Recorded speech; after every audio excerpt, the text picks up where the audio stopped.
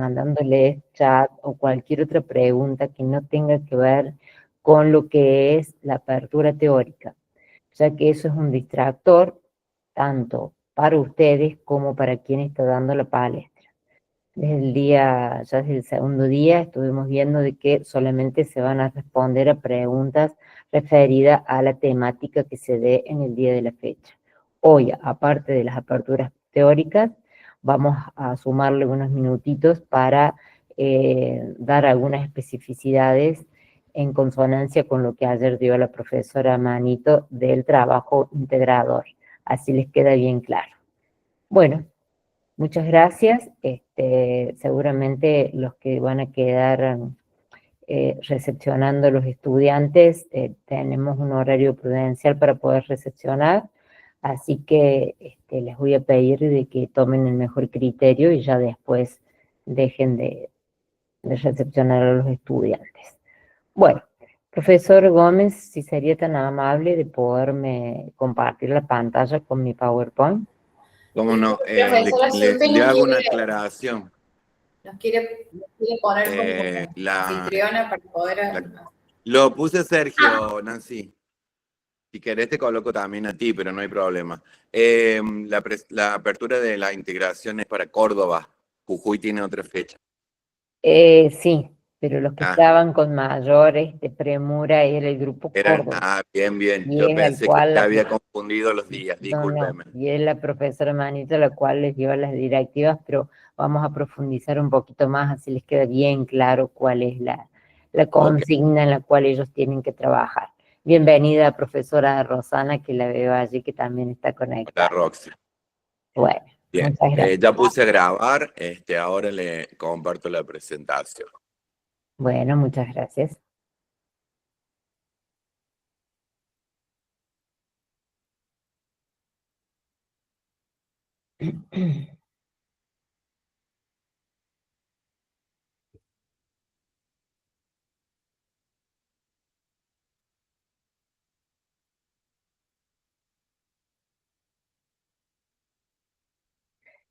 Bueno, ahí se ve perfectamente la presentación en la cual hoy se va a dar la palestra, es referida al proceso de atención de enfermería. Y en este caso va a estar direccionada al grupo de San Salvador de Jujuy. La siguiente, profesor. Como ustedes podrán ver, este diagrama conceptual lo vimos desde el primer día y mucho más aún en esta instancia que es del proceso de atención de enfermería, ya que esta temática transversaliza a las 6 unidades temáticas, tal cual lo hacen los determinantes sociales de la salud. Recuerden de que vamos desarrollando la unidad número 1. Con esta presentación se daría por finalizada la unidad número 1. A posterior, ya a partir de la clase siguiente, vamos a empezar a desarrollar la unidad número 2. Que tanto la unidad número 1 como la 2 son las que forman parte del primer examen parcial. La siguiente, profesor. Bueno, el PA en las unidades de cuidados críticos tiene que ver fundamentalmente que es la esencia del ser enfermeros. Es el instrumento tangible que tenemos para valorar, diagnosticar y brindar las acciones pertinentes que estos individuos o pacientes que están hospitalizados en áreas críticas los requieren. La siguiente, profesor. Antes ya de adentrarnos al tema específico de lo que es proceso de atención de enfermería, vamos a tomar acá algunos lineamientos que deben tener en claro. Por supuesto que todos debemos tener en claro que la enfermería es una ciencia. Es una ciencia que transversaliza paradigmas, filosofías y valores, modelos conceptuales y teorías.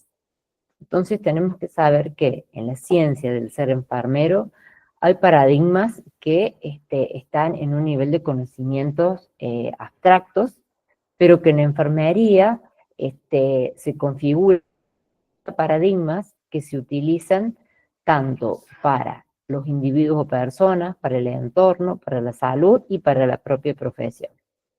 Si ya nos situamos en el elemento fundamental que también tiene que ver la filosofía y los valores del cuidado, es el segundo nivel de conocimiento que allí ya incluye definiciones conceptuales de lo que es metaparadigmas y los modelos conceptuales que nosotros tenemos dentro de lo que es enfermería.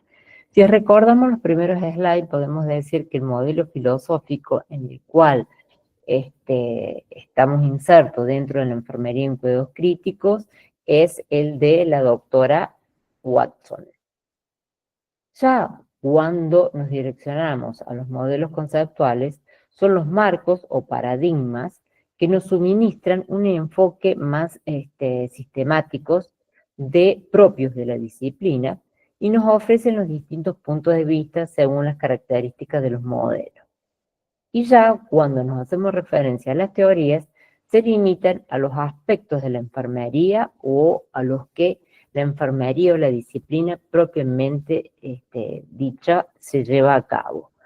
Hay diferentes teorías dentro de los referenciales teóricos, seguramente independientemente de la unidad académica en el cual ustedes han desarrollado el primer ciclo, han visto lo que son teorías y no es un elemento y un concepto básico que nosotros tengamos que desarrollar, pero esto es a medida de que ustedes puedan internalizar cuán importantes son los paradigmas, la filosofía, los modelos conceptuales y las teorías existentes para que todo ello conformen la ciencia de la disciplina de enfermería. La siguiente, profesor. El modelo de cuidado de enfermería, como ustedes bien lo saben, el modelo de cuidado de teoría filosófico tiene que ver con el modelo de cuidado de la doctora Watson. El modelo de valoración tiene que ver con la valoración de los 11 patrones funcionales de Major y Gordon. Y ya situándonos en el PAE, debemos desarrollar y saber cuáles son las metodologías o los pasos en los cuales consta el PAE para que tengamos bien en claro qué es lo que vamos a valorar, qué diagnósticos vamos a realizar y qué acciones y evaluaciones vamos a realizar de acuerdo a las distintas disfuncionalidades que presenten los individuos o pacientes hospitalizados en las unidades de cuidados críticos. El único uso de taxonomías que tenemos dentro de la asignatura Enfermería en Cuidados Críticos es la mnemotecnia de PES, que es que se utiliza para la construcción de los diagnósticos de enfermería, como lo son la P, el problema, la E, la etiología, y la S, los signos y síntomas. No se utilizan otras taxonomías. ¿Qué quiere decir con ello? Que no se utilizan las taxonomías de Nanda, ni de Nick, ni de Nock. Seguramente algunos de ustedes ya han estado formados en base a esos modelos o a esas taxonomías. Les pedimos que las desestimen por lo menos en esta asignatura. Más allá que pueden acordar o desacordar con el modelo filosófico o teórico que nosotros le planteamos. La siguiente, profesión. El cuidado de enfermería, desde el punto de vista disciplinar, el cuidado representa el núcleo central del hacer y del ser profesional de enfermería. Y el PAE es considerado como el método sistemático que nos va a permitir brindar cuidados y nos va a distinguir del resto de las profesiones. Porque ustedes se preguntarán, ¿qué otras profesiones utilizan el PAE para brindar terapéuticas, para brindar cuidados, para brindar acciones de rehabilitación o de promoción y prevención? Ninguna otra disciplina, solamente es enfermería. La siguiente, profesor. El cuidado de enfermería, decimos que el cuidado en enfermería debe ser entendido como una línea de esencia humana y que ha de estar presente en cada una de las etapas de nuestro quehacer y hacer y ser enfermeros. ya que el cuidar a través de los tiempos pasó por diferentes comportamientos y diferentes acciones o filósofos o teóricos que hacían de que aquellas teorías que eran tan abstractas y que estaban situadas en los metaparadigmas, luego pueden ser bajadas hacia instrumentos de valoración o de teorías propias. Entonces, esto quiere decir que se hizo una bajada a acciones más racionales, un poco menos sofisticadas y que hoy son consideradas como, aquí hemos nombrado algunas de ellas. Por ejemplo, una forma de ser, que es una teórica en el cual en el año 1962 lo toma, luego a Watson como un imperativo moral en 1988, que aún sigue vigente, como una forma de relacionarse en 1993, y otro de los teóricos que se utiliza bastante aquí en nuestra Escuela de Enfermería de la Universidad Nacional de Córdoba es la esencia de ser de la enfermería.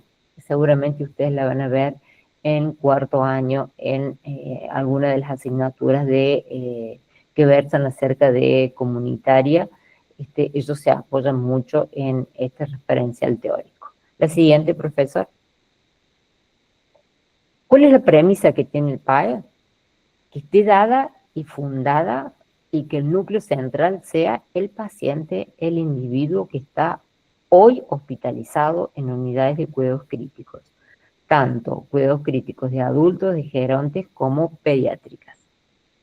Aquí tiene íntima implicancia que debemos brindar bienestar o disminución de aquellas complicaciones de que tengan o presenten los pacientes en sus disfuncionalidades, que se respeten los derechos de los pacientes, que sabemos que hay legislaciones a nivel nacional que transversalizan a las distintas provincias, y ello hace de que ese respeto por sus derechos se lleven a cabo y se apliquen independientemente si estamos en una institución pública o privada.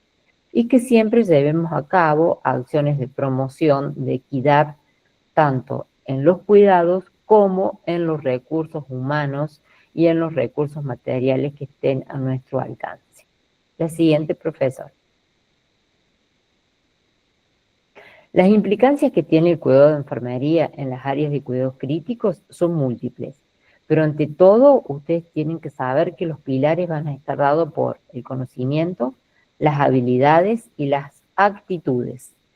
Y yo también traigo a colación un poco una pregunta que formularon algunos de ustedes, no recuerdo bien si fue en el grupo de Jujuy o de Córdoba, en donde nos preguntaban cuáles iban a ser los criterios de evaluación en las prácticas clínicas. Y la profesora Manito, con su acervo teórico y académico, les verbalizó perfectamente que las evaluaciones iban a estar dadas en la práctica clínica no por las habilidades y las destrezas, ya que el tiempo era muy acotado, pero sí por los conocimientos y por las actitudes. Entonces, ya haciendo una bajada directa de lo que es el proceso de atención de enfermería, estos son los tres pilares: el conocimiento, las habilidades y las actitudes. Aquí interactúan la actualización y capacitación permanente que debemos tener todos los profesionales que interactuamos en el cuidado enfermero, en este caso en áreas de cuidados críticos, el compromiso profesional que todos debemos tener quienes brindamos cuidado a los pacientes críticos, que siempre debemos tener en cuenta que tenemos en nuestro accionar valores éticos y valores que tienen que ver también con las precisiones o las legislaciones vigentes en cada una de las provincias o las regiones en donde nos desempeñamos. Que las tendencias deben ser siempre en trabajo en equipo. En las unidades de cuidados críticos tenemos algunas responsabilidades individuales, pero es fundamental que se pueda trabajar en equipo, en un entorno siempre de respeto, en un entorno de compromiso mutuo, de profesionalismo y de aprendizaje continuo, unos con otros. Que la comunicación debe ser efectiva y oportuna, y que el cuidado se debe dar en las situaciones específicas. ¿Qué quiero decir con ello? Que se debe dar en el momento y en el lugar que el paciente o el individuo lo requiera, no dejarlo para más adelante. Al hoy necesita ser conectado a un ventilador, no lo dejemos para el otro turno porque tenemos mucha actividad en el turno mañana y lo vamos a dejar para la tarde. No, sino que el cuidado y el accionar tiene que ser en el momento que el individuo o el paciente lo requiere, que debemos siempre utilizar para realizar procedimientos, protocolos y guías que estén validadas. Que independientemente que estemos dentro de unidades cerradas o unidades de cuidados críticos, debemos brindar acciones de prevención y de promoción. Todo ello implica un proceso de atención que sea integral, que sea dinámico y en donde cada uno de nosotros es un eslabón profesional importante para que este individuo o paciente reciba el cuidado oportuno y necesario con la mejor evidencia sustentable y sostenible actual. La siguiente, profesor.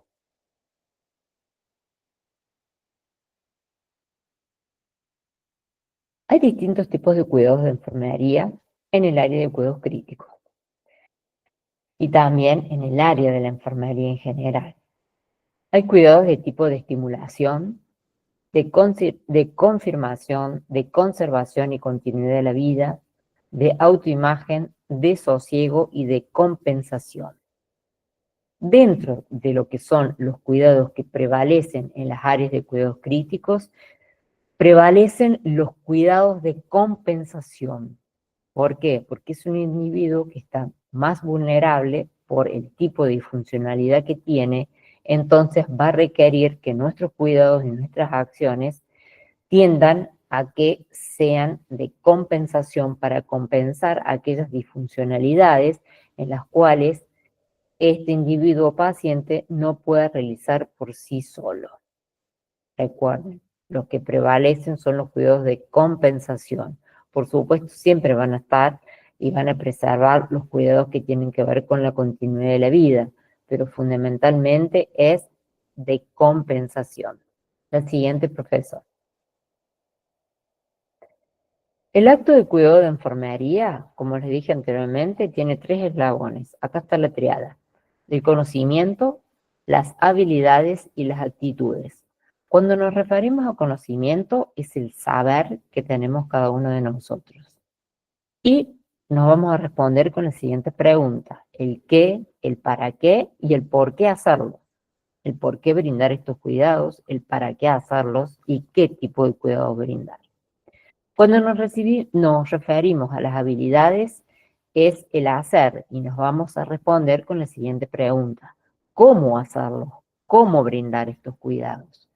Y cuando hacemos referencia a las actitudes, es el ser, el deseo y la capacidad de brindar cuidados y de hacer los cuidados de la manera oportuna, de la manera respetuosa, de la manera en la cual este paciente lo requiere, sabiendo de que hay cuidados que son inherentes, propios y autónomos de enfermería, y hay otros cuidados que se hacen a través de las prescripciones de los diferentes profesionales.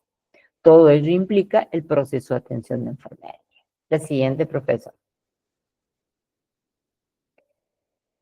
Hasta ahora podemos decir entonces que el proceso de atención de enfermería es un método sistemático que brinda cuidados humanizados, eficientes, centrados en el logro de los resultados esperados, apoyándose en un modelo científico y realizado por un profesional de enfermería. Esta es una definición de lo que es el proceso de atención de enfermería. Inclusive abajo se ha puesto la cita de donde se extrajo esta definición de proceso de atención de enfermería. La siguiente. Aquí hay otro constructo y otra definición de lo que es el proceso de atención de enfermería. También es el método científico de actuación que constituye un plan de trabajo diario en el ejercicio de la práctica clínica de enfermería sobre la base de las capacidades cognitivas, técnicas e interpersonales con el objetivo de atender las necesidades de las personas, la familia y su interrelación con el entorno. La siguiente profesora. Y, de acuerdo aquí a otro autor, denomina que el proceso de atención de enfermería es un conjunto de pautas organizadas que requieren actuación propia, dirigidas a cumplir objetivos que tienen que ver con el cuidado de enfermería para mantener y restablecer el bienestar de los individuos y de las personas. Aquí me voy a detener en donde dice cumplir el objetivo de enfermería. Cuando uno plantea en el PAE el objetivo, no es que la enfermera desea lograr que el paciente disminuya sus parámetros vitales. No, es que el paciente logre tal o cual cosa. Ahí suele haber una confusión cuando hacen los objetivos. Los objetivos no son los propios de la enfermería, sino son los objetivos que nos planteamos para que ese paciente pueda cumplirlo. La siguiente. Hay varias razones y múltiples para aprender el proceso de atención de enfermería. Su uso es un requisito sujeto a los estándares de cuidado de enfermería en cualquier institución, tanto pública como privada. Y otra de las razones fundamentales, que son los principios y las reglas que promueven el pensamiento crítico en el personal de enfermería en un entorno clínico. Si no se llega a promover el conocimiento o el pensamiento crítico dentro del entorno clínico de las áreas de cuidados críticos, somos meros personal empírico que repetimos el accionar y los procedimientos que se vienen realizando en esa institución en el recorrer de los años. Tengan cuidado y analicen esas situaciones. Si uno no puede modificar la praxis, vamos también a los primeros slides de las primeras clases, a lo que es la pedagogía del rulo dialéctico. Si no podemos nosotros modificar la práctica que veníamos llevando hasta el día de hoy con los elementos que les vamos dando, no estaríamos cumpliendo con las razones de aprender el... La siguiente. Hay diferentes características que deben cumplir el proceso.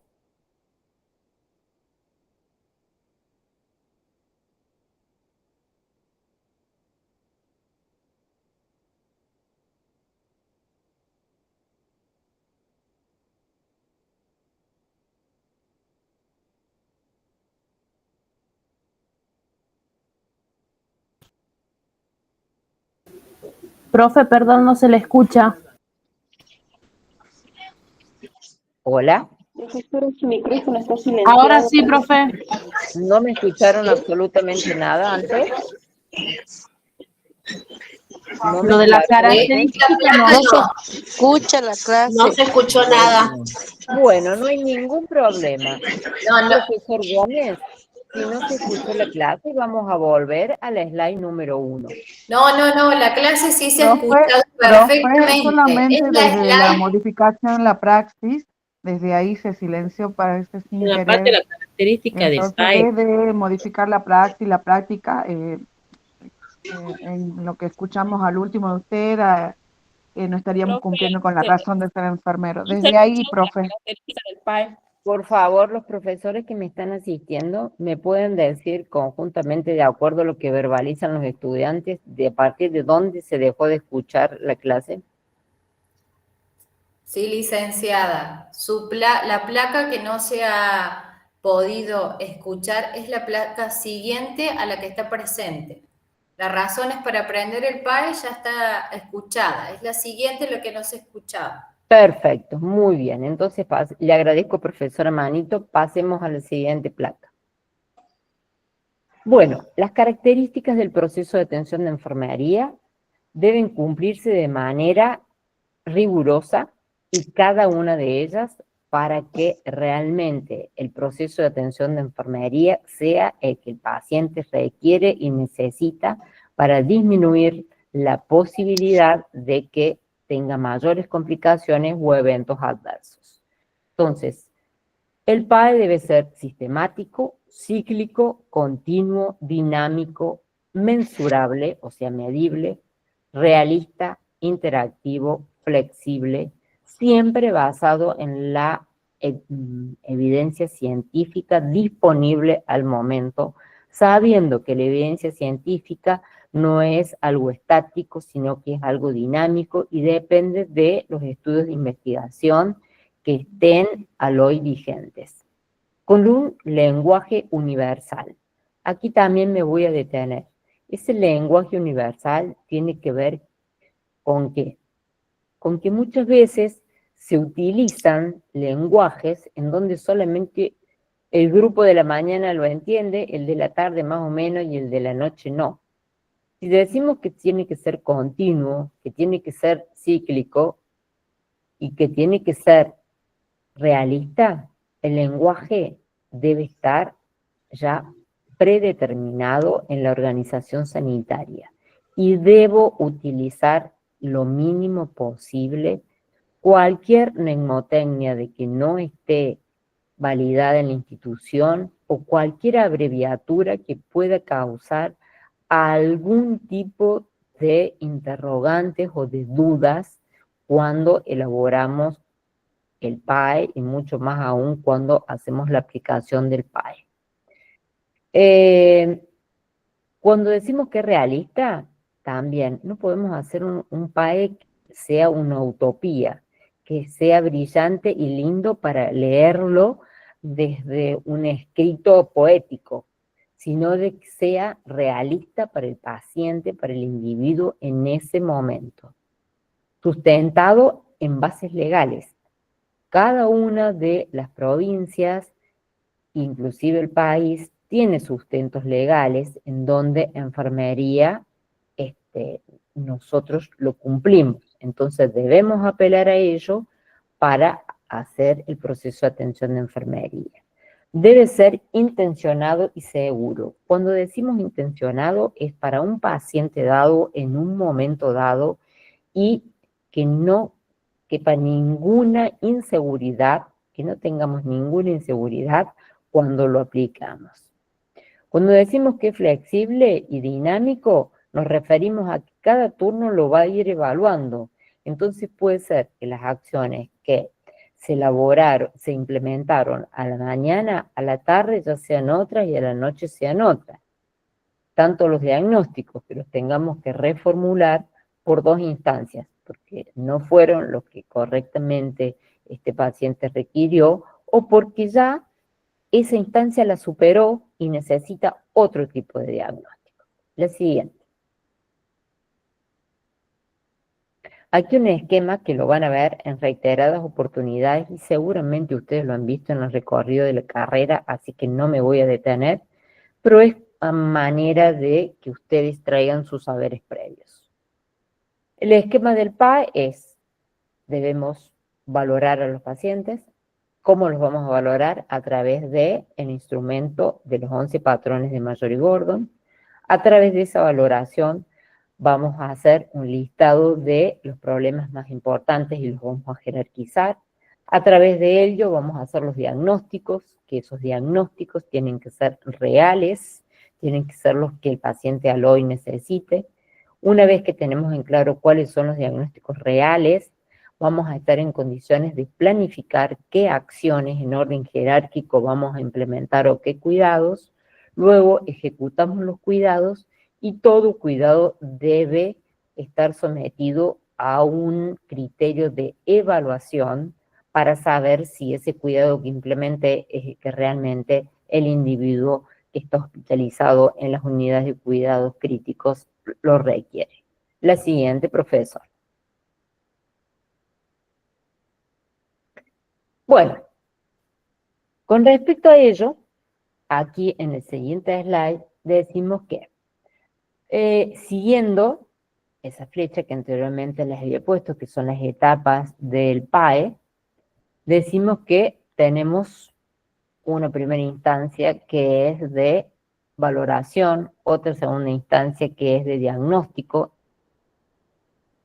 Vamos a analizar los datos que identificamos en la valoración, donde en la valoración vamos a tener datos objetivos y subjetivos. Después nos vamos a detener y vamos a ver cuáles serían los datos objetivos y subjetivos, donde con todo este acervo vamos a estar en condiciones de planificar, priorizando primero los objetivos y luego las acciones que van a ser ejecutadas y en donde nosotros vamos a intervenir de manera directa. Y la última etapa, que es de la evaluación, donde ya con todos los elementos anteriormente mencionados, vamos a tener que tener en claro cuáles serían las categorías o los parámetros para evaluar las acciones impartidas o los cuidados impartidos a estos pacientes. La siguiente. La sistematización del proceso de atención de enfermería, brevemente les voy a contar cómo la hicimos entre todos en nuestra asignatura. La siguiente.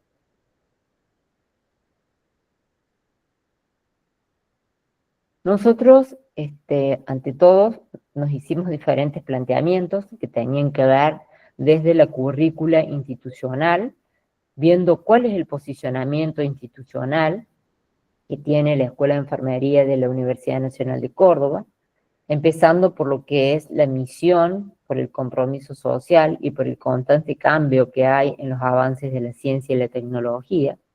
Luego haciendo una revisión de la evidencia que hay con respecto a procesos de atención de enfermería, reconociendo y valorando la razón de ser del enfermero y la aplicación real del PAE. ¿Por qué? Porque hasta ese momento nosotros implementábamos para valorar a los pacientes que estaban internados en las unidades de cuidados críticos una valoración cefalocaudal. Luego, a través de estos pasos previos que anteriormente les dije, el posicionamiento institucional y la evidencia científica disponible, tomamos como elemento sustancial que nos íbamos a regir por los 11 patrones funcionales de Major y Gordon, siguiendo un modelo pedagógico que también tiene cambios en el modo de pensar, en los cambios en el modo de actuar, en los usos en la educación, y que la investigación es permanente y es continua con respecto a esta temática. ¿Para qué? Para mejorar la calidad de la práctica de los cuidados que impartimos en las unidades de cuidados críticos. El siguiente, profesor. Aquí, deteniéndonos en la primera fase, que es la de valoración, que dijimos que la vamos a hacer a través del instrumento de Major y Gordon, tenemos un documento primario que surge de la implementación en estamentos de la comunidad.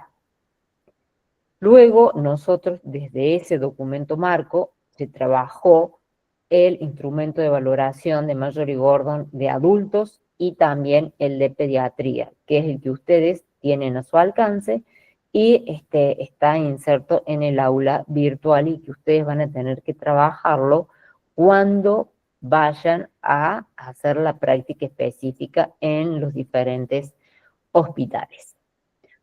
Por ello, se dice de que se llevó a cabo un proceso de validación, tanto para el grupo etario de cuidados críticos de adultos como para el grupo etario de pediatría de cuidados críticos.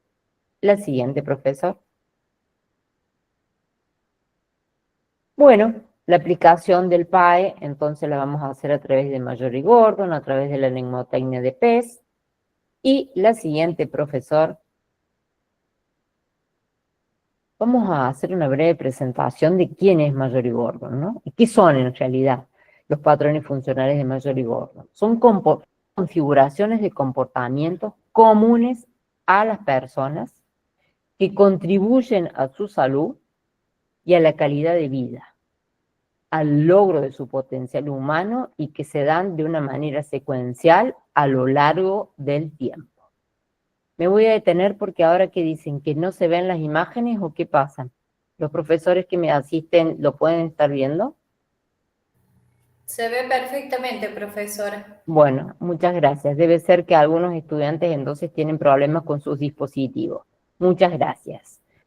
Bueno, entonces vamos a decir que los patrones funcionales de Major y Gordon nos permiten conocer su respuesta a los procesos vitales o problemas de salud, tanto reales como potenciales. Nosotros vamos a direccionarlos a los problemas reales, a los diagnósticos reales y no a los diagnósticos potenciales o a los de riesgo. La siguiente. Aquí los 11 patrones funcionales que no los voy a desarrollar porque luego los profesores lo van a retomar y van a hacer una aplicación de los mismos, no de los 11, sino de algunos de ellos. ¿Qué buscan los patrones funcionales? Buscar la determinación del perfil funcional del individuo y la localización de aquellos patrones que presentan algún tipo de disfuncionalidad, que están alterados. ¿Qué significa? Que no todos los individuos que están hospitalizados en una terapia intensiva van a estar en alerta y van a presentar disfuncionalidad en todos los patrones. Puede haber una mixtura o puede prevalecer unos sobre otros. La siguiente, profesor.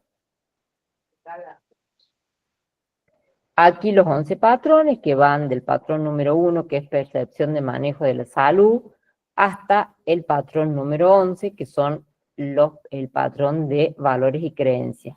¿Qué quiero mostrar con ello? De que es un instrumento de valoración en donde no solo ve los aspectos biológicos, sino también los aspectos que nos brindan los determinantes sociales de la salud, como es la percepción y el manejo de la salud, y como son los valores y las creencias. Aquí también se potencia mucho lo que es la adaptación y la tolerancia al estrés, que todos los individuos que están en una unidad de terapia intensiva están sometidos a un grado de estrés bastante importante, y así sucesivamente en orden secuencial, ya los profesores van a ir haciendo la aplicación de los mismos. En virtud del tiempo yo no me voy a detener porque si no, no vamos a dar con el tiempo necesario. La siguiente. Las fases de valoración de enfermería, entonces tenemos que identificar qué tipo de modelo, en qué modelo nos vamos a situar. ¿Qué quiero decir con esto? Que ustedes tienen que tener en claro que el modelo filosófico que tiene enfermería en cuidados críticos es el modelo de la doctora Watson. ¿Cuál es el modelo para valorar al paciente que está hospitalizado en las unidades de cuidados críticos? Es el modelo de Major y Gordon. Identificando el modelo, vamos a estar en condiciones de hacer una recolección o recogida u obtención de los datos. Vamos a luego validar que esos datos sean reales, porque hay datos objetivos y subjetivos, y luego vamos a organizar dichos datos. La siguiente. Esa recogida o obtención de los datos, hay diferentes fuentes de donde nosotros nos vamos a valer. Fuentes directas y fuentes indirectas. La directa es la propia del paciente y la indirecta es la secundaria, y muchas veces pueden ser los cuidadores o los familiares, y también todos los documentos escritos que tenemos en las unidades de terapia intensiva y al hoy que están virtualizados, digamos, dentro de una historia clínica digital. La siguiente. La recogida de los datos dijimos de que podían ser subjetivos o objetivos. Lo subjetivo es la entrevista que se hace tanto a los pacientes, en el caso de poder ellos verbalizar, o a los familiares o cuidadores. Los objetivos también tienen que ver con esa recogida de los datos de lo que uno observa. Por eso es tan importante la observación, de que ustedes en los 5 días que vayan a la práctica puedan estar con los pacientes y no fuera de las salas, para que puedan observar realmente qué es lo que acontece con estos pacientes y qué patrones están alterados. Después hay datos que tienen que ver, por ejemplo, con la fecha de nacimiento, con los valores de los signos vitales, y también cuando se entra en contacto por primera vez con estos pacientes, muchas veces no llegamos a poder recoger la mayor cantidad de esos datos. ¿Por qué? Porque somos nosotros personas extrañas que el paciente o el individuo que tiene un mecanismo de defensa que generalmente nos va dando los datos entrecortados, y después, en la medida que pasa el tiempo, nosotros tenemos que hacer un cruzamiento entre los datos que nos da el paciente más los documentos escritos. La siguiente. Con respecto a los instrumentos, decimos de que hay instrumentos de observación directa, como son a través de los documentos, luego de entrevista, examen físico, registros de enfermería, entre otros. La siguiente. Tipos de diagnósticos reales y potenciales, aquí no me voy a detener, lo único que les voy a decir que vamos a trabajar sobre los diagnósticos reales, que es lo que hoy el paciente necesita, luego los profesores van a dar ejemplos puntuales. La siguiente. Aquí el modelo clásico de cómo elaborar diagnósticos de enfermería a través de la mnemotecnia de PES, del problema de la etiología de los signos y síntomas. La siguiente. Al hoy se preguntarán cuáles son las ventajas del PAE y de los patrones funcionales. Decimos que cuando implementamos el PAE, creamos una base de datos de salud contextualizado, en donde vamos a identificar problemas actuales o latentes, donde nos va a permitir establecer prioridades en la actuación de enfermería, donde vamos a definir las responsabilidades que tiene cada uno de los miembros del equipo de salud y cada uno de nosotros desde la disciplina, y nos va a permitir la planificación y organización del cuidado. La siguiente, profesor.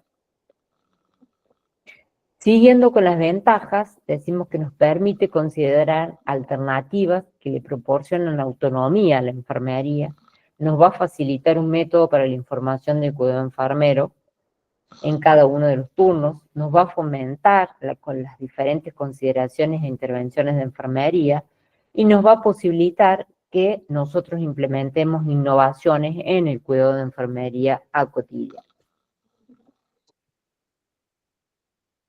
La siguiente. Bien, ya para ir finalizando, decimos que con este último slide, el cuidado es la esencia de la enfermería. Y quien tiene este párrafo se extrajo de la doctora Watson, que es nuestra referencial filosófica. Bueno, con ello doy por terminada la instancia de lo que es la apertura teórica y las generalidades del proceso de atención de enfermería, y les doy la palabra y la palestra a los profesores que me preceden, la profesora Manito y el profesor Mario Gómez. Antes de que ellos puedan compartir su pantalla, por favor, les pido que limiten el acceso a los estudiantes, porque si no va a terminar la clase y van a seguir ingresando los estudiantes.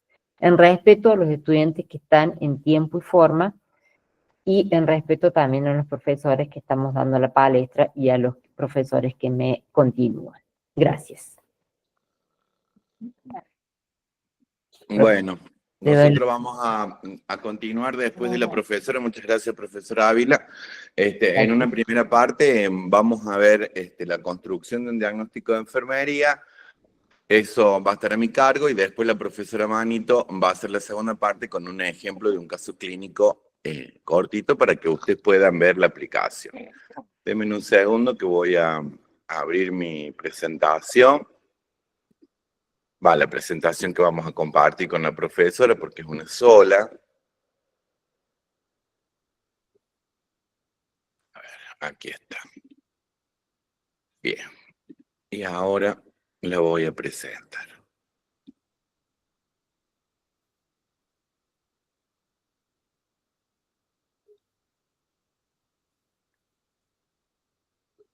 Bueno. Bueno, los dejo con los dos profesores. No, muchas gracias, profe. Seguramente van a dar una palestra de excelencia como siempre. Y bueno, unos minutos previos antes de finalizar, por favor, me Le avisen, yo me avisamos. vuelvo a conectar. Muy amable, gracias. Me avisan si se ve. Se ve perfectamente. Muchas gracias.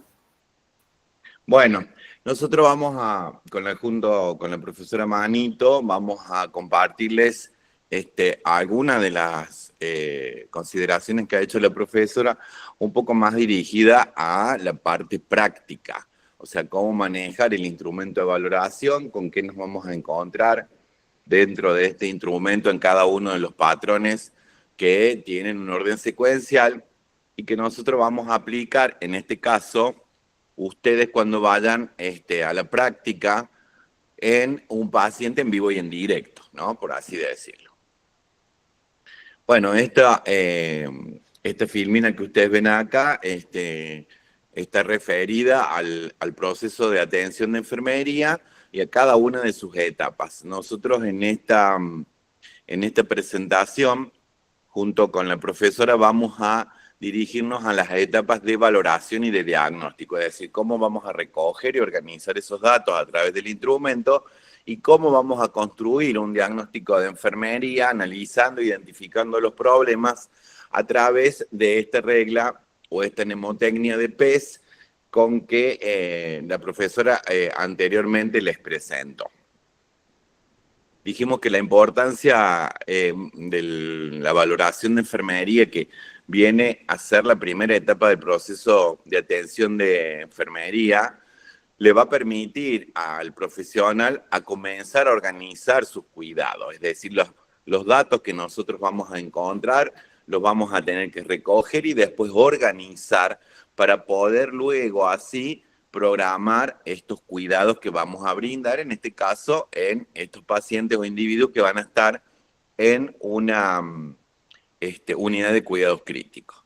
Y los patrones funcionales de Major y Gordon van a constituir esta herramienta esencial con que nosotros vamos a desarrollar la parte práctica después de que ustedes terminen de cursar la materia y vayan cada uno a los hospitales que así se designe.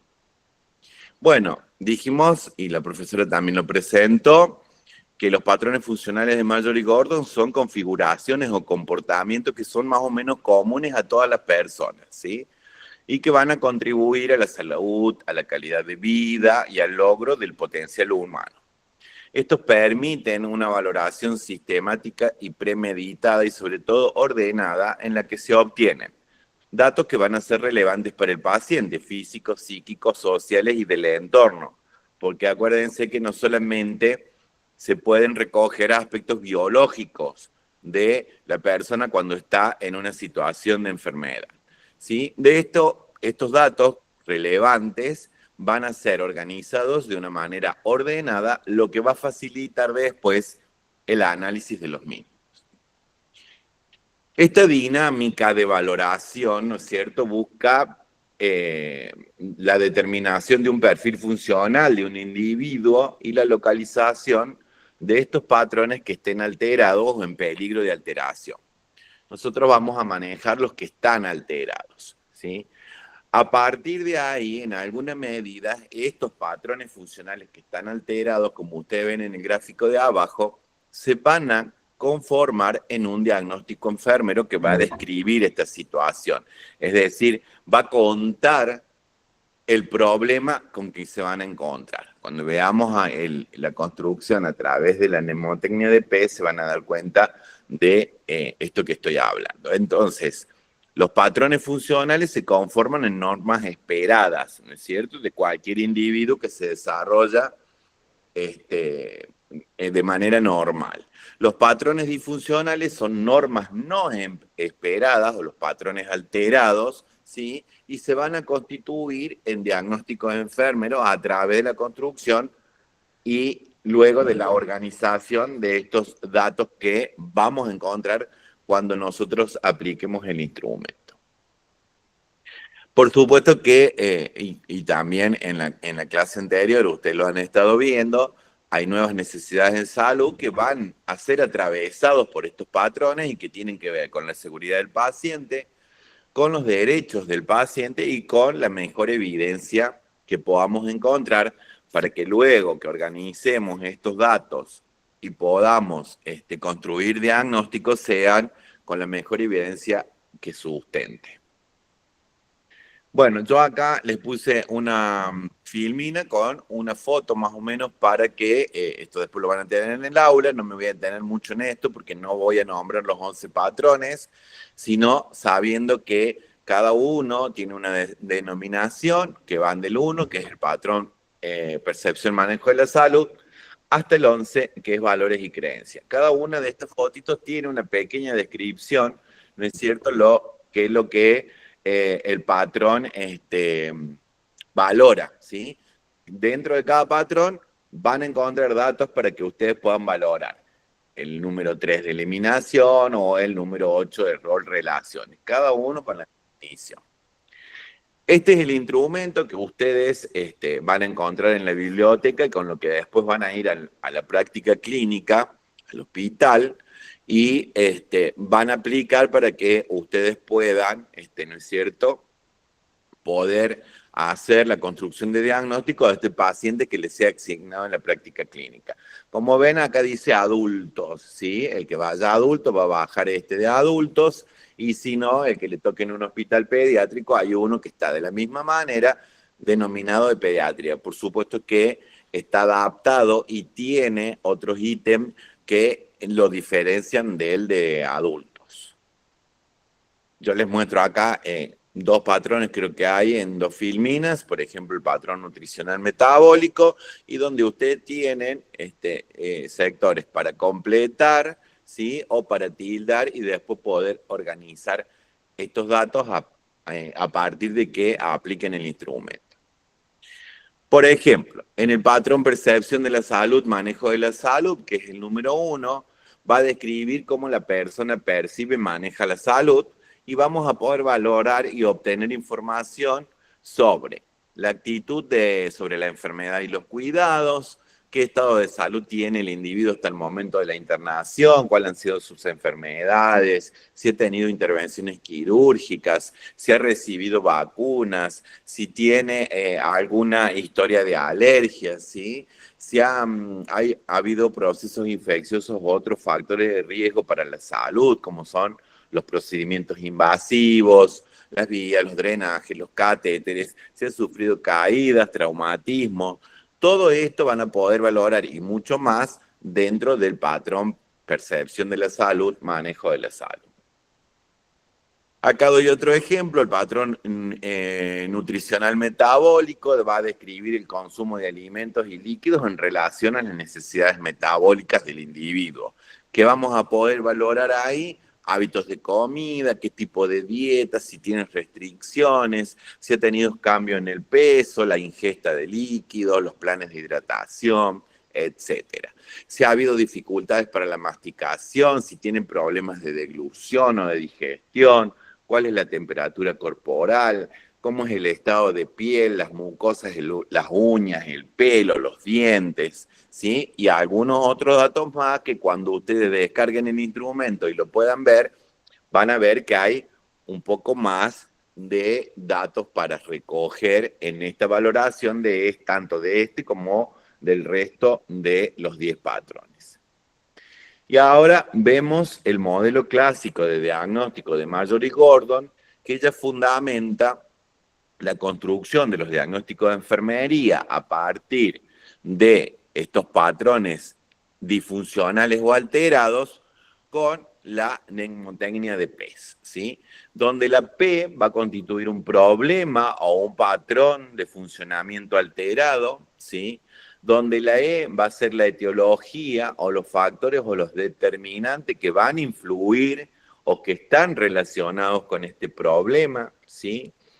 Y que la S van a ser los signos y síntomas, es decir, todas las características que van a definir o el conjunto que va a reflejar la existencia de este problema. Entonces, la P de problema, la E de etiología y la S de signos y síntomas. Un patrón, ¿no es cierto?, de funcionamiento disfuncional o alterado o un problema de salud, si lo quieren denominar así, ¿sí? La E, la etiología, los factores o determinantes que influyen o están relacionados con este problema, ¿sí? Y los signos y síntomas que van a ser las características que lo definen o el conjunto que refleja que existe este problema. Y acá vamos a ver la construcción de un diagnóstico. Entonces, si decíamos que la P era el problema, ¿no es cierto? Este individuo tiene intolerancia a la actividad, que hay un factor que lo va a determinar, que es la debilidad generalizada.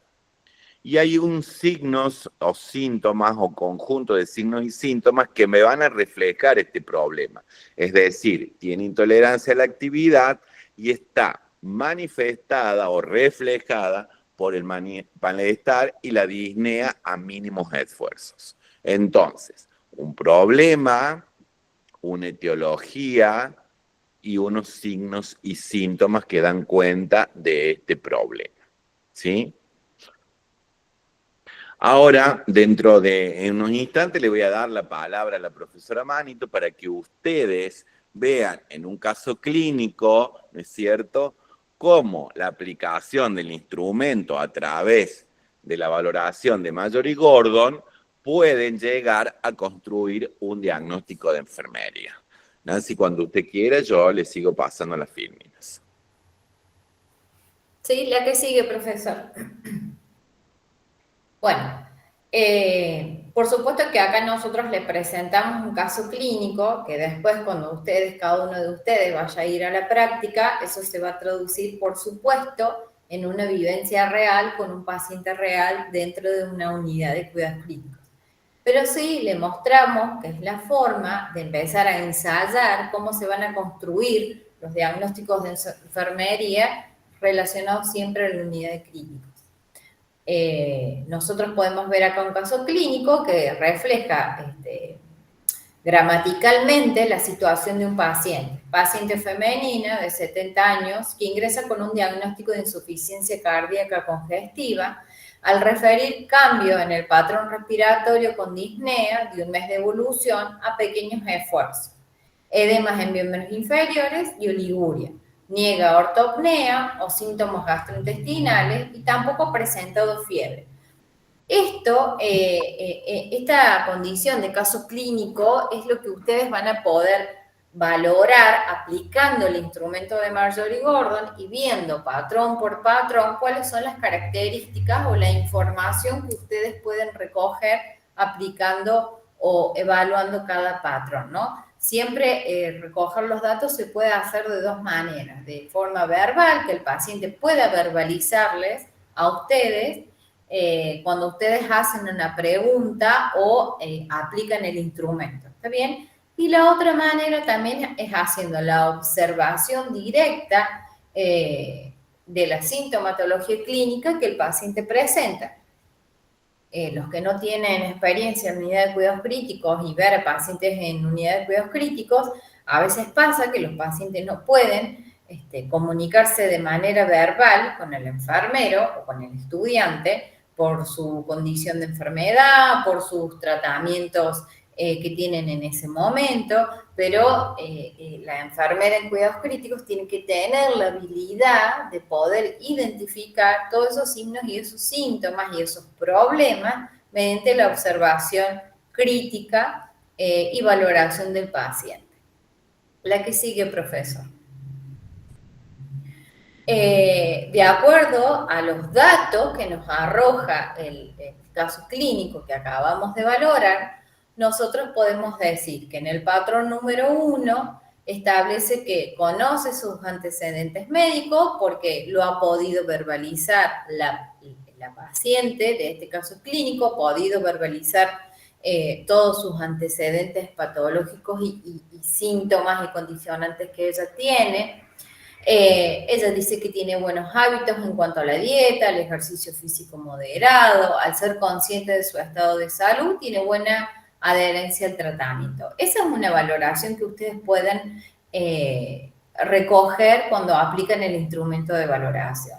También hay otros datos en el caso clínico que van incluidos o se pueden valorar mediante la aplicación del patrón número 2 y dice que tiene una dieta variada con restricción de sal por la hipertensión arterial, que actualmente tiene dieta hiposódica, que presenta retención hídrica con los miembros inferiores edematizados, que mide 1,65 m y pesa 52 kilos al momento de la valoración y que su piel está íntegra e hidratada, ¿sí? Esas son características y datos que ustedes van a poder obtener mediante aplicar el patrón número 2, la valoración. El patrón número 3 establece que refiere a haber disminuido la emisión de orina durante el último mes, que al momento de la valoración ha aumentado 100 mililitros de orina respondiendo al tratamiento con diurético, y que también tiene restricción hídrica y restricción de sodio. La placa que sigue, profesor. Gracias. En el patrón número 4 se puede valorar que al momento de la valoración la paciente presenta, ojo, y acá nosotros empezamos a valorar la condición clínica física de la enfermedad que manifiesta la paciente. Presenta disnea de esfuerzo, refiere a sentirse cansada después de alimentarse y no sentirse segura para desplazarse sola, para tener movimientos físicos de forma ambulatoria, que presenta una presión arterial de 90 sobre 60 miligramos de mercurio, que en el electrocardiograma al momento de la valoración se pueden observar que la paciente presenta 76 latidos por minuto, que tiene un ritmo sinusal, y en esto nosotros empezamos como que a adiestrar el oído en los datos que nosotros empezamos a recabar, ¿está bien? Ya después seguramente cuando vean el resto de los módulos van a poder entender qué significa cuando hablamos de saturación de oxígeno del 98%, cuando vean el módulo respiratorio con el profesor, la disfuncionalidad respiratoria con el profesor Mario. Que dice que con cánula nasal la paciente satura 98% de oxígeno, que presenta una temperatura de 36.6 grados centígrados, que tiene una presión venosa central de 18 miligramos por miligramos de mercurio y que refiere a sentirse cansada después de alimentarse y no sentirse segura para desplazarse sola, que ya lo habíamos valorado con anterioridad. ¿Y esto qué quiere decir? Que nosotros hacemos la valoración de la observación de la sintomatología clínica, pero también hacemos la valoración de todos los parámetros vitales que arrojan los sistemas multiparamétricos que contienen las unidades de unidades de cuidados clínicos. En el patrón, cuando apliquemos el patrón número 5, vamos a poder valorar que no tiene problemas para conciliar el sueño, que duerme unas 7 horas aproximadamente en el día, y que en el hospital refiere que se siente muy descansada porque por las noches puede conciliar el sueño y descansa bien. Cuando aplicamos la valoración del patrón número 6, establece que no presenta ningún déficit sensorial, ni antes ni después, ni antes cuando estaba en su casa, ni en el momento de la valoración, que únicamente usa gafas de cerca para leer y que es consciente del tratamiento que tiene que seguir y las acciones que la benefician o la perjudican. O sea, en cada patrón ustedes van a poder recabar datos que les sirvan al momento de realizar y observar y relevar los datos y los problemas. La que sigue, profesor.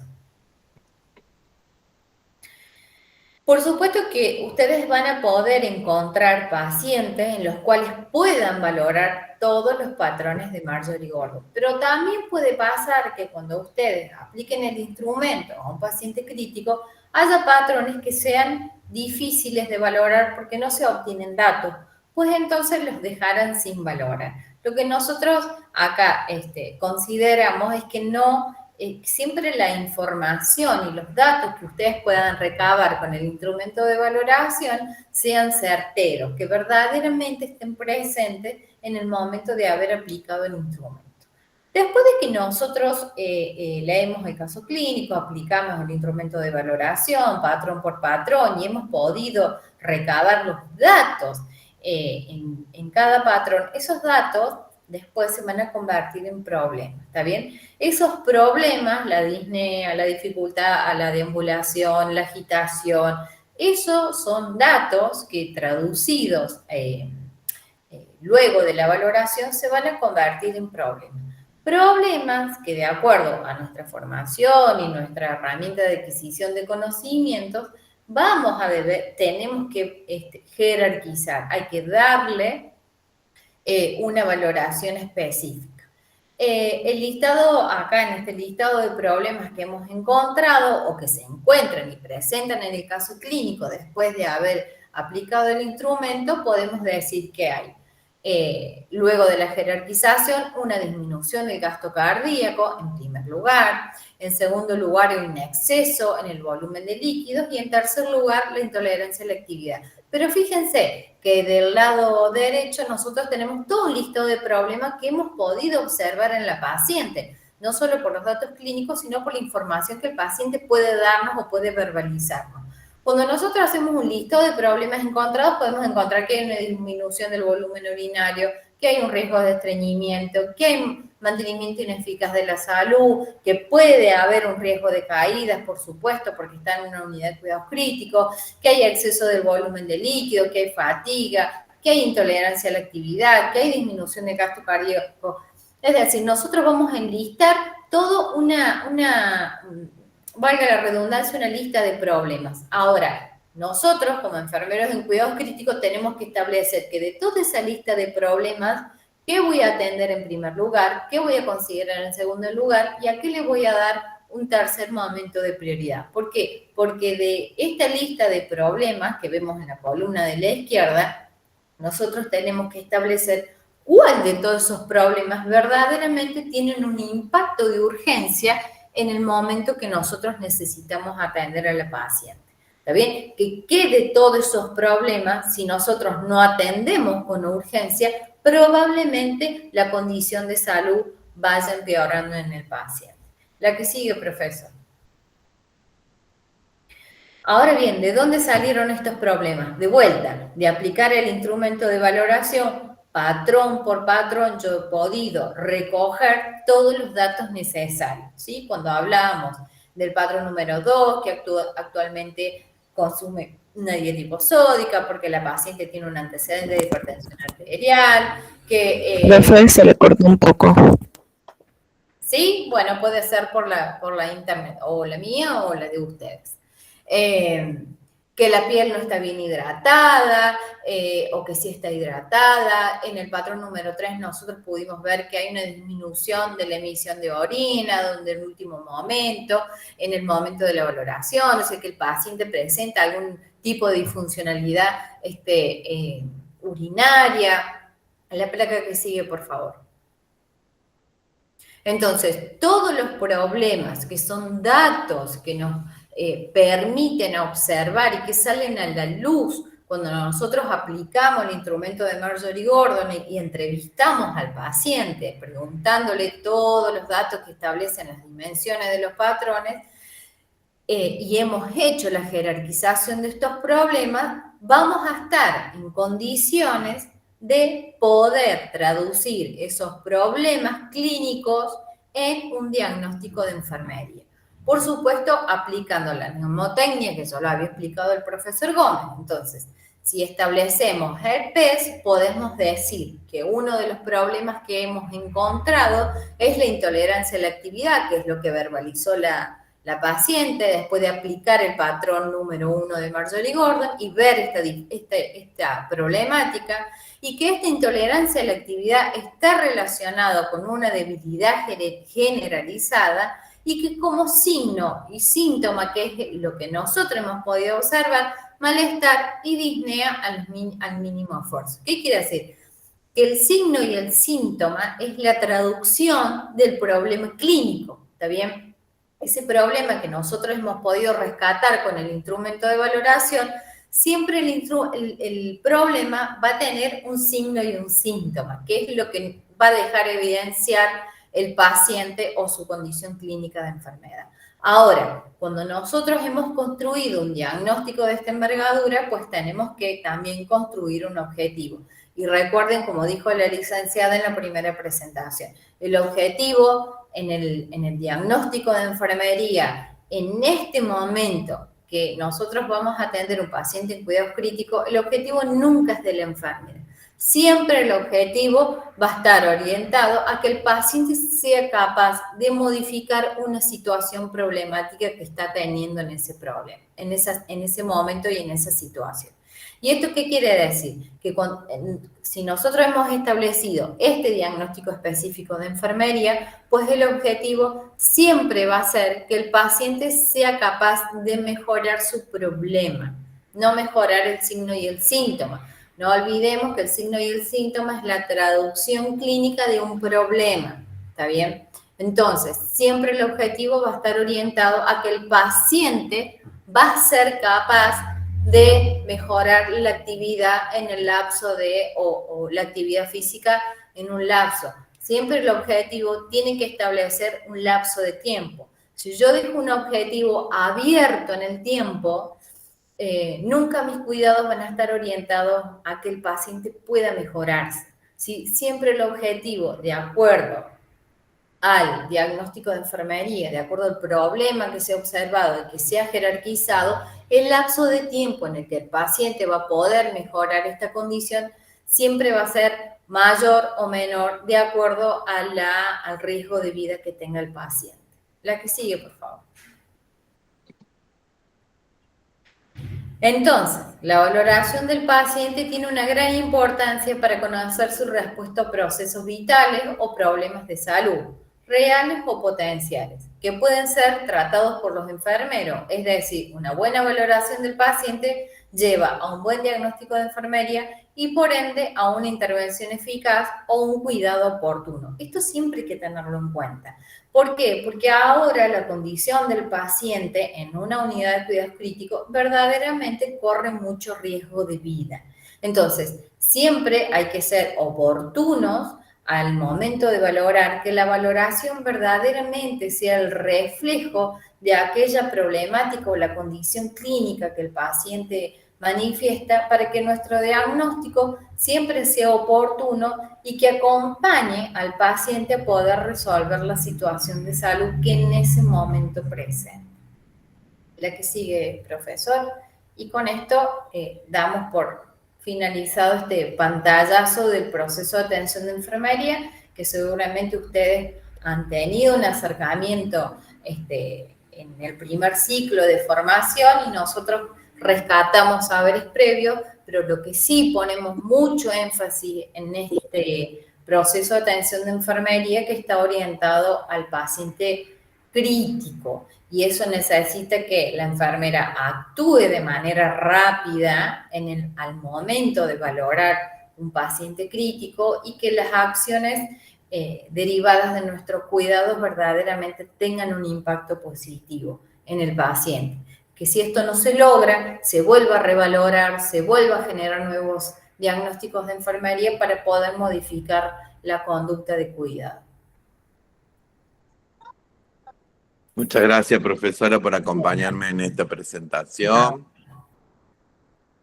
Ya le envío un mensaje a la profesora para que cuando ella guste se vuelva a conectar. Veo que hay 2 manitos levantadas. Bueno.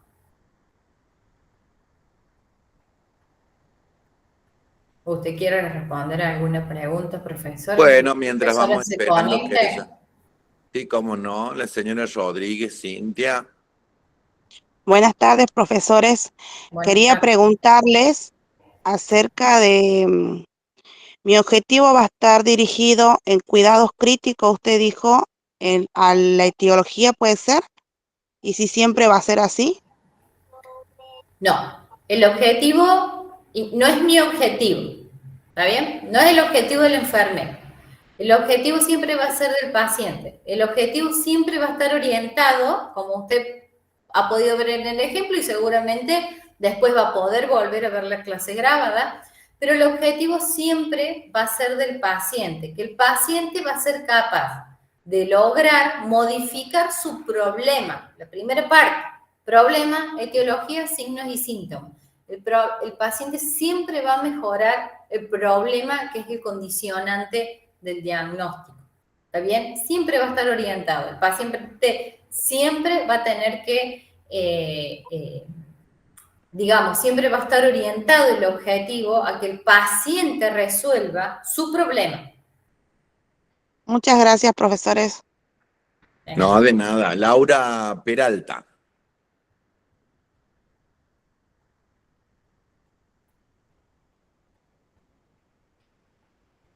¿Sí, Laura? Bueno, parece que no. Carmen Rosa Ramos.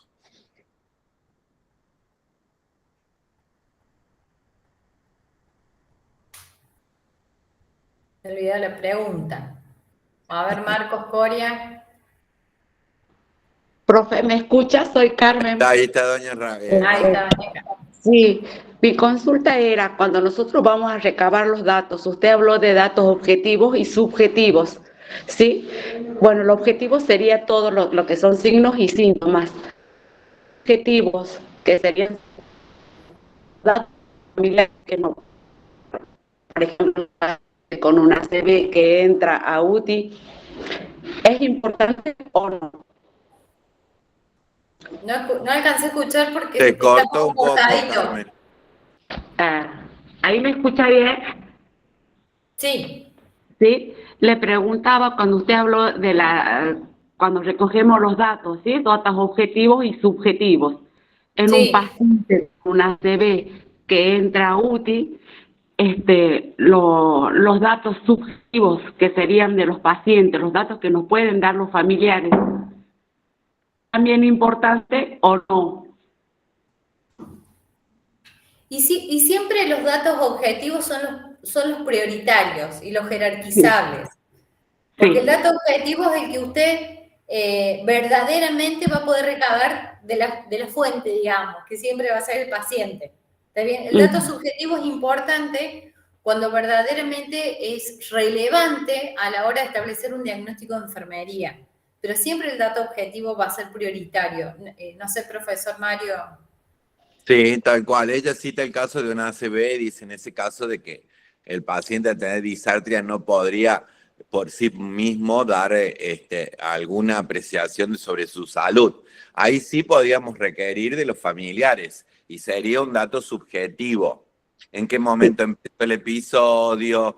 ¿Cuánto hace que perdió el conocimiento o tuvo la parálisis de alguno de los sectores o cuándo empezó con la dificultad para hablar? Ahí esos datos, en ese caso, serían relevantes porque el propio paciente no los podría dar. Sí, esa era mi duda, profe. Muchas gracias. De nada, Carmen. El señor Franco Cayetano. Hola, buenas tardes. Quisiera saber si puede otra vez recordar la diferencia entre el modelo conceptual de Watson y de Mayor y Gordon. No entendí muy bien la diferencia entre los dos. Bien. En realidad tenemos dos, como si fueran dos partes. Una, como explicó la profesora Ávila, tiene que ver con los modelos y teorías y el pensamiento filosófico con el cual yo voy a brindar cuidado. O sea, ¿cuáles van a ser las premisas? Si yo sostengo un modelo netamente biologista, me voy a estar sosteniendo en una teorista como Virginia Henderson, que solamente atiende necesidades. El paciente presenta una necesidad de eliminación, yo voy, la atiendo y ahí termino. Si yo me sostengo en un modelo filosófico más humanizado, de un contacto empático con el paciente, poniéndome en el lugar de la otra persona, que es uno de los postulados que sostiene Jane Watson, estoy mirando la situación de salud de enfermedad o la situación de internación de este individuo desde otro paradigma. Me alejé de lo biológico y estoy viendo como una integralidad dentro del cuidado. El instrumento de valoración forma parte no de un modelo filosófico, sino de un método para que yo pueda recoger datos sostenidos en este paradigma de cuidar empático, humanístico, sin alejarme de eso. Entonces nosotros hacemos una conjunción. Nos paramos en el modelo filosófico de cuidar de la doctora Watson, como lo explicó la profesora Ávila en la primera clase, pero valoramos a este paciente para poder darle un cuidado integral, humanístico y empático desde el instrumento de valoración de Mayor y Gordon para crear el diagnóstico de enfermería. No sé si le quedó así más o menos más claro, Franco.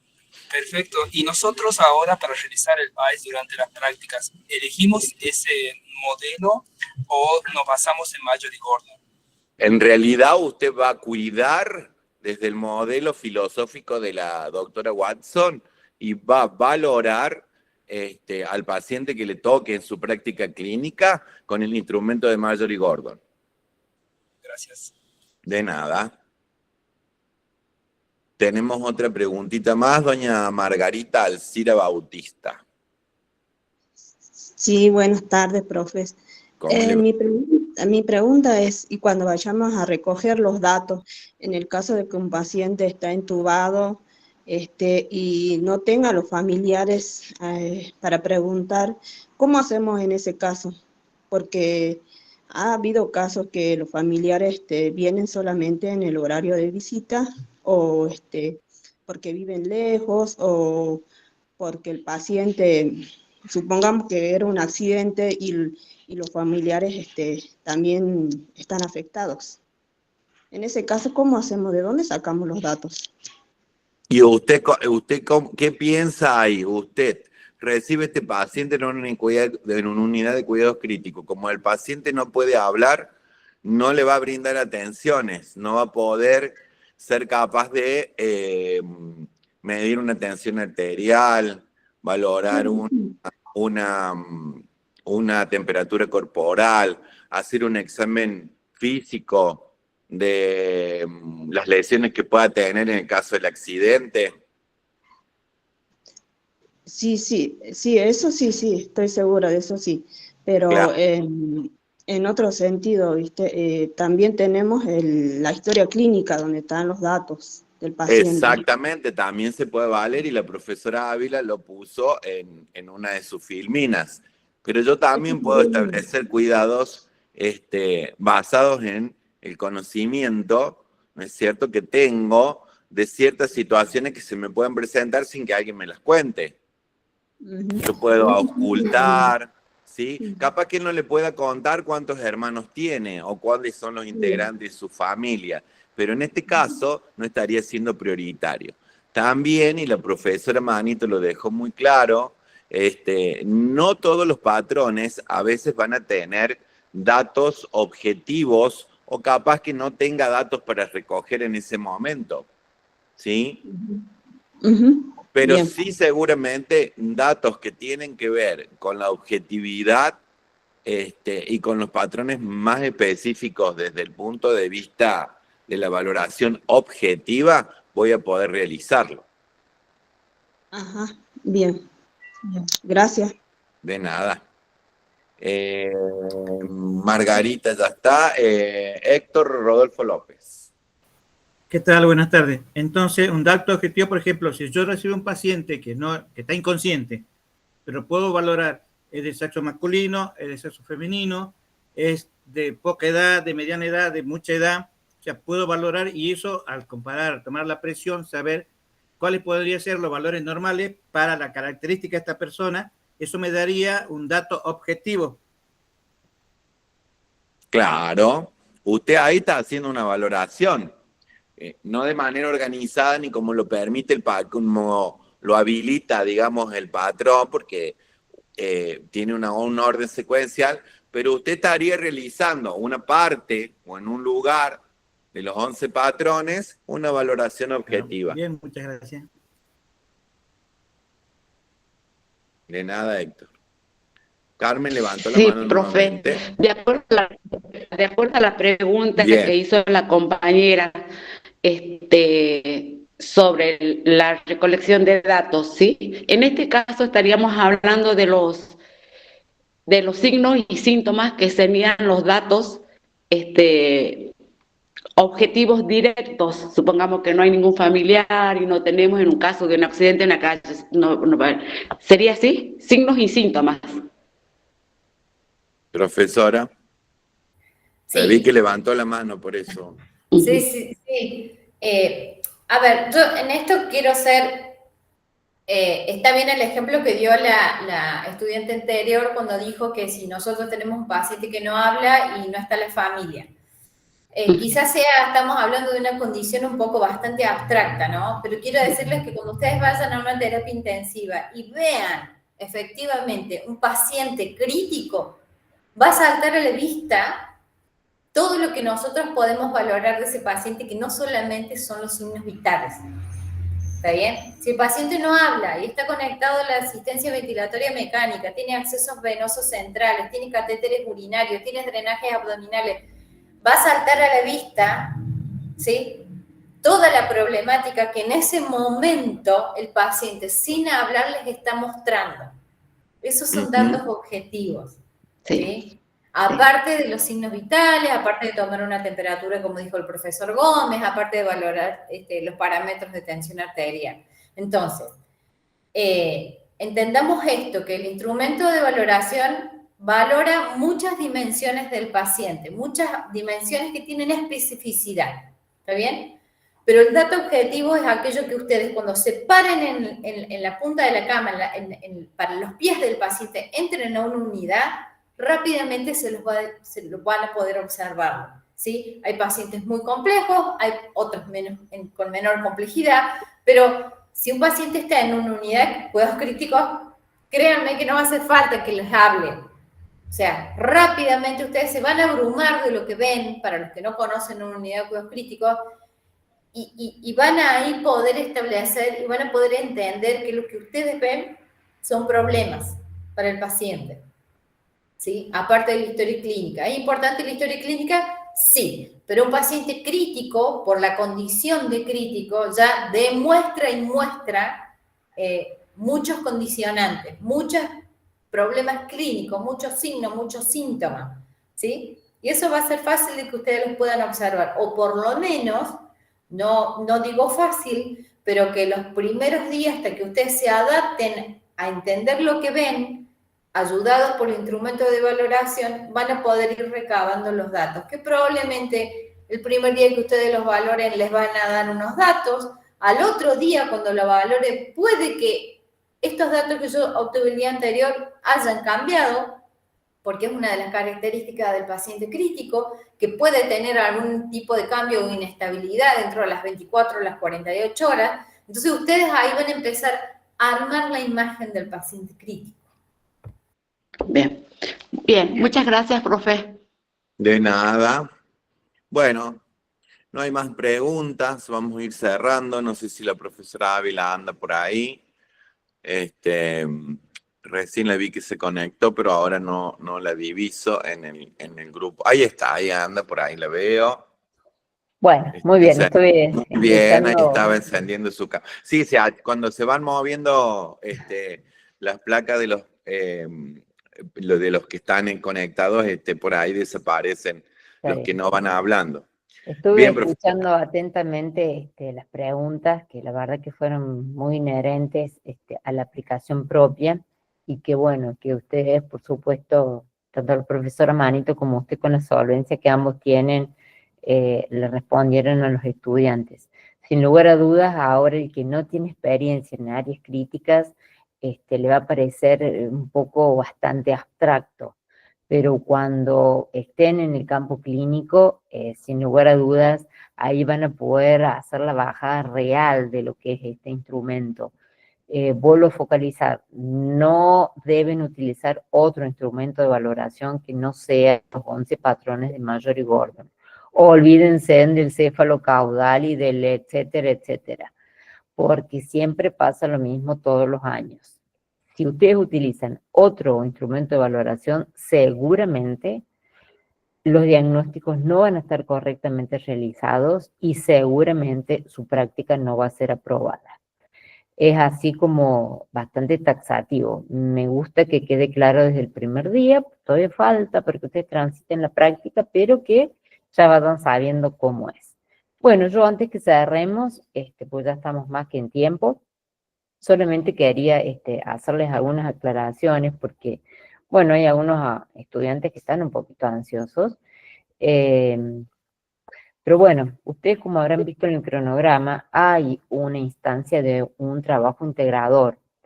Ese trabajo integrador, para ustedes, si mal no lo recuerdo, es el día 2, ¿puede ser? No tengo abierto el aula, profesora, Bien. pero si usted me espera, yo le 2, colaboro. bien, 2 de septiembre. Creo que sí. Bueno. A ver si en el calendario de mi teléfono lo tengo agregado. Sí, Es el actividad 2, integradora bien. Jujuy 2 de septiembre. 2 de septiembre. Ese día se les va a abrir el recurso donde están las consignas, que es un mural donde ustedes van a tener que transitarlo y ir respondiendo a cada una de esas preguntas. Esa respuesta no nos tienen que enviar a nosotros ningún documento. Lo que sí tienen que hacer es tomar nota en su cuaderno, en su bitácora o en el dispositivo donde ustedes tengan, estudiarlo y después para que el día 9 de septiembre estén en condiciones de realizar de manera individual la autoevaluación de esa actividad integradora. Que esa autoevaluación es a través de el aula virtual, donde tienen preguntas referidas a ese mural que ustedes tienen que recorrer. No lo desestimen, tienen que hacerlo, tienen que recorrerlo, tienen que responderlo, por más que no lo tengan que mandar, porque la nota va a ser el día 9 del 9, cuando ustedes realmente rindan esa autoevaluación. Y se las va a dar por defecto el sistema informático. Eso solamente quería aclararles. Bueno. Y que no se apuren para que les abramos la actividad, porque en realidad la actividad se abre el día que está previsto en el cronograma, que es el día 2 del 09. Y ustedes sí o sí tienen que hacer la autoevaluación el día 9 del 09, en un horario que nosotros ya vamos a preestablecer. Tienen que hacer ustedes la autoevaluación. Es más, ese día vamos a poner un horario de apertura y de cierre de esa actividad.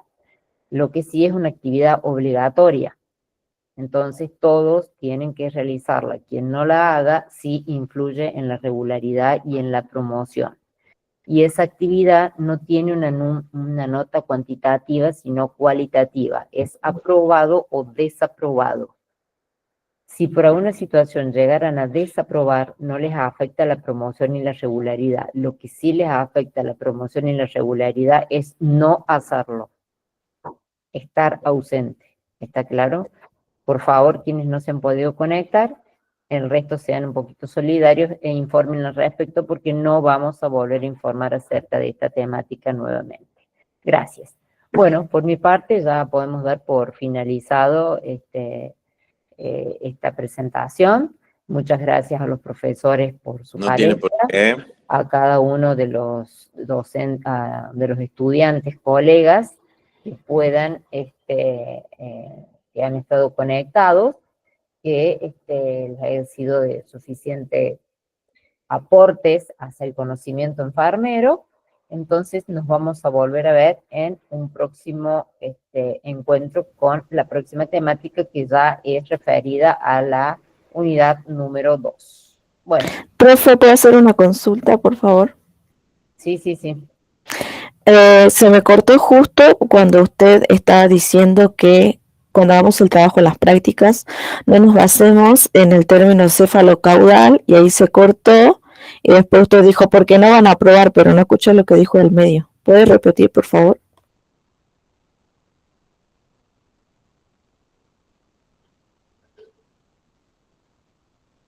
¿Sí?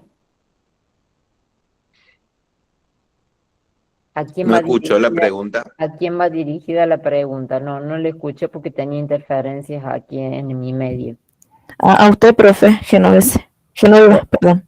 Diga, ¿me la puede repetir, por favor, que no la escuché? Sí, que justo yo escuché cuando usted dijo que no nos basemos, cuando hagamos el trabajo en las prácticas, en la parte cefalocaudal, y después se me cortó a mí y dijo, ¿por qué no van a aprobar? Pero no entendí eso, todo lo del medio. ¿Por qué se los aclaro? Ustedes cuando van a la práctica, aparte de llevar su uniforme y todo lo que les pide el docente de práctica, tienen que llevar impreso el instrumento de valoración de Major y Gordon, para que con ese instrumento, con el paciente que les designen las profesoras allá en su provincia, puedan empezar a hacer la valoración y con ese instrumento van a hacer el PAE. Si ustedes se guían por otro instrumento de valoración, seguramente no van a poder aprobar la práctica porque no es el que está validado por nuestra asignatura. ¿Por qué les aclaro esto? Porque hay algunos estudiantes que, como ya la dinámica de años anteriores de otras asignaturas es valorar de manera cefalocaudal, que no lo hagan ahora, sino que simplemente se limiten al uso de Major y Gordon, los 11 patrones funcionales, para que no tengan dificultades en la práctica, porque si ustedes lo valoran cefalocaudal, seguramente van a desaprobar la práctica. Es así de dura la respuesta, pero es real. Porque nos ha pasado que hay estudiantes que nos dicen, no acordamos con Major y Gordon. No es asunto de acordar o desacordar con el referencial teórico, sino que es el referencial teórico que la asignatura escogió trabajar. ¿Por qué? Por lo que anteriormente les dije, porque la búsqueda de evidencia que se realizó, por la validación del instrumento que se realizó, etcétera, etcétera. Eso es lo que quedó claro, quiero que quede claro. No sé si colega Fernanda le puede responder al respecto. Sí, ahí está, gracias. Muy bien, gracias. Bueno, ya daríamos por cerrado entonces. En un rato más tarde van a tener las dos presentaciones y la grabación en el aula como siempre. Muy bien. Profe, perdón, una consultita. Yo lo que quería hacer una pregunta sobre la computadora que yo tengo para hacer el parcial, necesito sí o sí la cámara, porque yo ahora, bueno, estoy con el celular, pero viste, necesito para conseguir una computadora con cámara, digamos. A ver, con respecto a los dispositivos, nosotros no nos hacemos responsables del tipo de dispositivo que ustedes tengan. Desde el día 1 les dijimos, les recomendamos que tengan una computadora que no sea el teléfono, porque muchas veces el teléfono no tiene todos los programas necesarios para abrirle el examen o la actividad que ustedes requieren. Entonces, más allá de la cámara, lo que usted tiene que garantizar que el dispositivo que usted utilice le pueda abrir el examen. Entonces, no, sí tengo la compu, pero el tema es que no tiene cámara, digamos, la computadora, entonces eso me preocupaba por ahí para el parcial, digamos. Pero me está diciendo que lo está viendo por el teléfono, o yo escuché mal. Sí, no, ahora sí, pero yo digo para conectarme ahí a veces cuando... Si tiene computadora y le pedimos cámara, va a tener que buscar un dispositivo que tenga cámara. Si en el examen nosotros no le pedimos cámara, no va a haber ningún problema. Pero con esto yo les vuelvo a repetir, tus dispositivos tienen que tener cámara, porque en el momento que nosotros pedimos que abran su espacio de cámara, tienen que estar. Por ahí puede ser que alguna actividad no la requiera, pero no es tan taxativo. Nosotros en el cronograma no podemos poner actividad con cámara, actividad sin cámara, actividad con cámara, actividad sin cámara. No, el dispositivo que ustedes tienen tiene que tener todas las funciones necesarias, porque ustedes escogieron hacer modalidad distancia. Y la modalidad distancia, lo primero que implica es tener un dispositivo que les permita acceder al aula virtual y a abrir todo tipo de archivo que se cuelguen en el aula virtual o que los exámenes